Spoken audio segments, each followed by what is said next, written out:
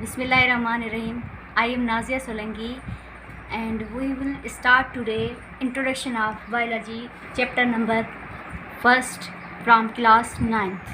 So first of all I want to introduce the introduction of biology. You know what is bio? Bio means life. Bio जो मतलब आहे ज़िंदगी and logos means thought.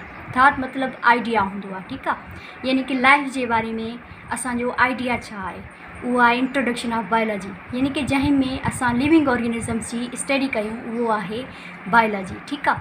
Definition में study of living organism या study of life पे चवंदासीं, ठीकु आहे.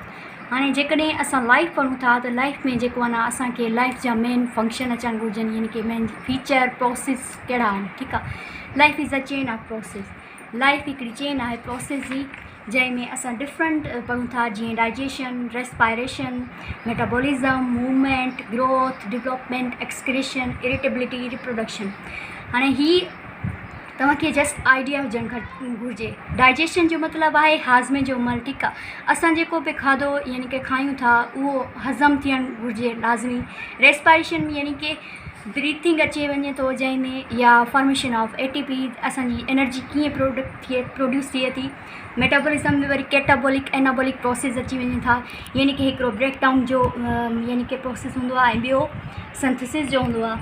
ऐं मूवमेंट छा आहे उहा हिकु लिविंग ऑर्गेनिज़म जी प्रॉपर्टी आहे जंहिंमें लिविंग ऑर्गेनिज़म पंहिंजी जॻह चेंज कंदो आहे या पंहिंजे काई ऑर्गेन खे मूव कराईंदो आहे. जीअं फॉर सपोज़ मां पंहिंजे फिंगर्स खे मूव कयां थी, इहा हिकु मूवमेंट जी मूवमेंट प्रॉपर्टी आहे, ठीकु आहे. ऐं ग्रोथ जो मतिलबु आहे ग्रोथ यानी कि वाध वेझ स्टार्टिंग वारी ग्रोथ चवे थो, ठीकु आहे. यानी कि एम्ब्रियोलॉजी जी तरफ़. डेवलपमेंटल बायोलॉजी में छा हूंदो आहे त डेवलपमेंटल बायोलॉजी या एम्ब्रियोलॉजी में जेकी एम्ब्रियो जी लेवल ते जेकी ग्रिथ साइज़ में इंक्रीज़ अची वञे. ऐं एक्सक्रीशन में जेकॾहिं असां न्यूट्रिशन हासिलु कयूं था त एक्सक्रीशन बि थियणु लाज़मी आहे. यानी कि वेस्ट प्रोडक्ट जो जेको आहे ख़ारिज थियण बि लाज़मी आहे. उहो एक्सक्रीशन बि मेन लाइफ जो प्रोसेस आहे. ऐं ॿियो आहे इरिटेबिलिटी जो मतिलबु आहे कंहिं बि स्टिमुलस खे रेस्पॉन्ड करणु. फॉर सपोज़ मां जेको आहे न कंहिं आयरन खे टच कयां थी त मां हिकदमि हथ मथे करे वेंदसि. उहो इन जे करे त मुंहुं में इरिटेबिलिटी जी इहा हिकु प्रॉपर्टी आहे, मुंहुं में लाइफ जी प्रॉपर्टी आहे. ॿियो आहे रिप्रोडक्शन जो मतिलबु हूंदो आहे कंहिं बि लिविंग ऑर्गेनिज़म्स को बि लिविंग ऑर्गेनिज़म जेको पंहिंजी लाइफ साइकिल पूरी करे. लाइफ साइकिल जो मतिलबु आहे त पाण जहिड़ी प्रोजीनी पैदा करे बट फर्टाइल, ठीकु आहे. वधीक इन ते डिटेल ते वञा वेंदासीं, अॻिते इन्हनि जे बारे में वधीक चैप्टर आहिनि. बहरहाल असांजो सेकेंड टॉपिक आहे डिवीजन, ठीकु आहे. बायोलॉजी में जेको डिवीजन आहिनि मेजर 3 डिवीजन आहिनि. असां फर्स्ट में इंट्रोडक्शन पढ़ी आयासीं त हाणे असांजो सेकेंड टॉपिक आहे division of biology. Basically biology जूं 3 डिवीजन आहिनि: ज़ूलॉजी, बॉटनी, माइक्रोबायोलॉजी, ठीकु आहे. Zoology means study of animals and botany means study of plants simply.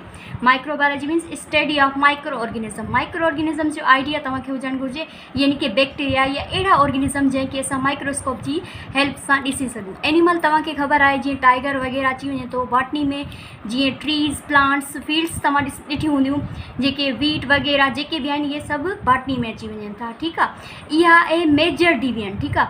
हाणे अॻिते आहे इन जी ब्रांचीज़. हाणे असां नेक्स्ट पढ़ंदासीं ब्रांचीज़. There are different many branches of biology like morphology, anatomy, cell biology, or we can say it's also called cytology, physiology, histology, taxonomy, genetics, embryology or developmental biology, environmental biology, paleontology, biotechnology, sociozoology, parasitology, pharmacology, molecular biology. हाणे first में असां पढ़ंदासीं morphology means when we study the external organs of living organism it is called morphology. जॾहिं असां external form या structure जे बारे में study कयूं था कंहिं बि लिविंग ऑर्गेनिज़म्स जी उनखे मॉर्फोलॉजी चवंदासीं, ठीकु आहे. ऐं ॿियो आहे एनाटॉमी में वरी असां इंटरनल वञूं था, ठीकु आहे. Internal when we study the internal part of living organisms or internal organs of living organism it is called anatomy, ठीकु आहे. हाणे जेकॾहिं प्लांट ऐं एनिमल में तव्हांखे एग्ज़ाम्पल ॾियां, एनिमल में ह्यूमन जो ॾींदासीं, ठीकु आहे. एनाटॉमी में छा कयूं था, जेकॾहिं ह्यूमन एनाटॉमी पढ़ूं था त पाण हार्ट जे बारे में पढ़ी सघूं था, किडनी जे बारे में, ऐं जेकॾहिं प्लांट जे बारे में पढ़ूं था त उनमें पाण वस्क्यूलर सिस्टम में ज़ाइलम सेल्स फिलोएम सेल्स जी इंटरनल एनाटॉमी पढ़ंदासीं। ठीकु आहे, इहो तव्हांखे जस्ट एग्ज़ाम्पल ॾियण जे लाइ, तव्हांखे सम्झाइण जे लाइ, ताकी तव्हांखे जीअं डिटेल में सम्झ अचे। बहरहाल हीअ असांजो इंट्रोडक्शन आहे, अॻिते इंशाल्लाह वधीक पढ़ंदासीं। सेल बायोलॉजी यानी कि इनखे साइटोलॉजी बि चयो वेंदो आहे। सेल तव्हांखे ख़बर हुजणु खपे, cell is a basic unit of life. Cell छा आहे, ज़िंदगी जो बुनियादी एको आहे, जंहिंखे बग़ैर असांजी लाइफ छा आहे, इम्पॉसिबल आहे। साइटोलॉजी में असां सेल जी स्ट्रक्चर, उनजो फंक्शन, उनमें छा कहिड़ा कहिड़ा ऑर्गेन्स मौजूदु आहिनि ऐं कहिड़ा ऑर्गेनिज़ मौजूदु आहिनि, उनजा कहिड़ा फंक्शन आहिनि, उनजी स्टडी कयूं था। ॿियो आहे फिज़ियोलॉजी। फिज़ियोलॉजी में असां स्टडी कयूं था the study about the function of living organism. Living organism जे फंक्शन जे बारे में स्टडी कयूं था। जीअं जेकॾहिं पाण प्लांट में फिज़ियोलॉजी पढ़ूं था त प्लांट में पाण रेस्पायरेशन पढ़ंदासीं, फोटोसिंथेसिस पढ़ंदासीं। ठीकु आहे। ऐं ॿियो आहे हिस्टोलॉजी। ठीकु, असां पढ़ियोसीं morphology, anatomy, cell biology, cytology बि जंहिंखे चवंदा आहिनि, फिज़ियोलॉजी बि पढ़ियोसीं। हाणे आहे हिस्टोलॉजी। ठीकु आहे, हिस्टोलॉजी यानी कि study of tissues of living organisms. Tissue आहिनि छा? टिश्यू तव्हांखे ख़बर हुजणु घुरिजे। जेकॾहिं when different type of cells perform a particular function, it is called a tissue. हाणे टिश्यू जॾहिं जेको फंक्शन परफॉर्म करनि था, उन्हनि जी स्टडी कयूं था, उनखे हिस्टोलॉजी चवंदासीं। ठीकु आहे। ऐं ॿियो आहे टेक्सोनॉमी। ठीकु आहे, वर्ड टेक्सिस मां वरितलु आहे, जंहिंजी मतिलबु आहे अरेंजमेंट, काई शइ खे तरतीब ॾियणु। नोमॉस मीन्स नेम। ठीकु आहे, साइंटिफिक नेम तव्हांखे ख़बर हुजे त हर लिविंग ऑर्गेनिज़म जो कोई न कोई साइंटिफिक नेम हूंदो आहे। जॾहिं बि कोई लिविंग ऑर्गेनिज़म जी डिस्कवरी थींदी आहे त उनखे हिकु साइंटिफिक नेम ॾिनो वेंदो आहे, जेको हिकु स्पेसिफिक हूंदो आहे ऑल ओवर द वर्ल्ड लाइ। कॉमन नेम अलॻि हूंदा आहिनि। ठीकु आहे, एग्ज़ाम्पल में जीअं अची वञे थो ब्रासिका यानी कि सरियम जो वणु। ठीकु आहे, ऐं रोज़ा इंडिका यानी कि गुलाब जो गुल। तव्हां सभिनीनि खे सभई वाक़िफ़ हूंदा हुए।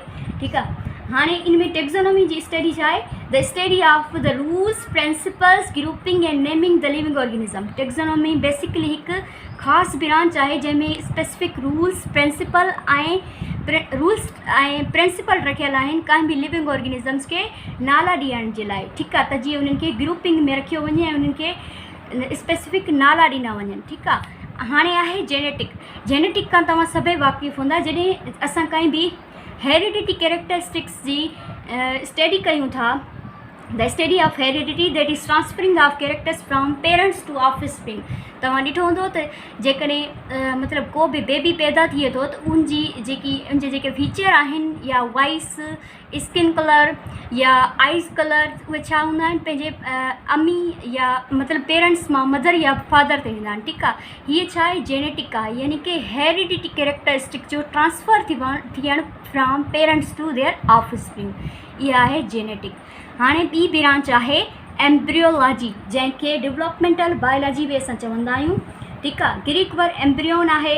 एम्ब्रियो मीन्स एम्ब्रियो तव्हांखे ख़बर हुजणु घुरिजे त ज़ाइगोट खां पोइ एम्ब्रियो ठहंदो आहे। ठीकु आहे। हाणे study of formation and development of embryo यानी कि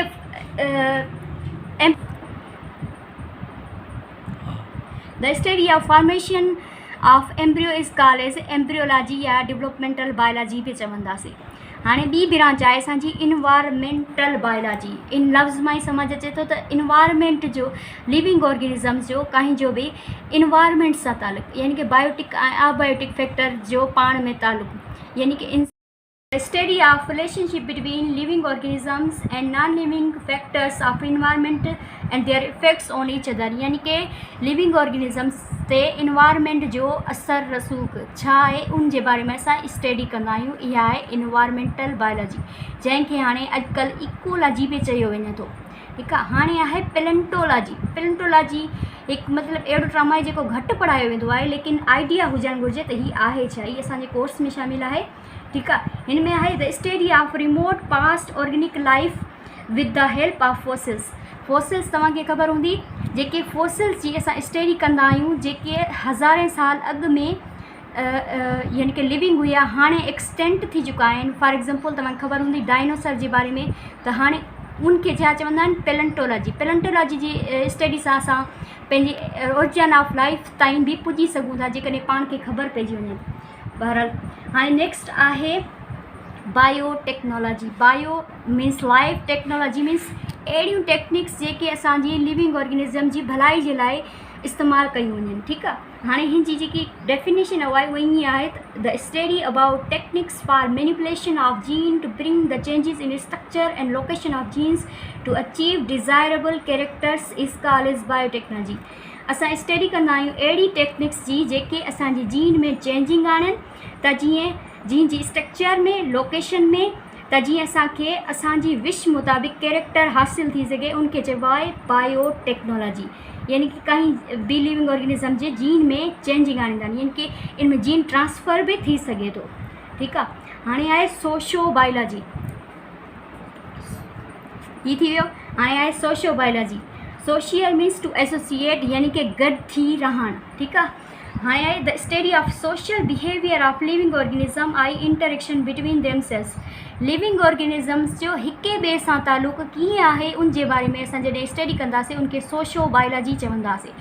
जेकॾहिं असां एग्ज़ाम्पल ॾिसूं त इंसाननि जो कम्युनिकेशन लेवल जीअं असांजो तव्हां सां, इहो आहे सोशियोबायोलॉजी में बि काउंट करे सघूं था। ठीकु आहे, इहो आहे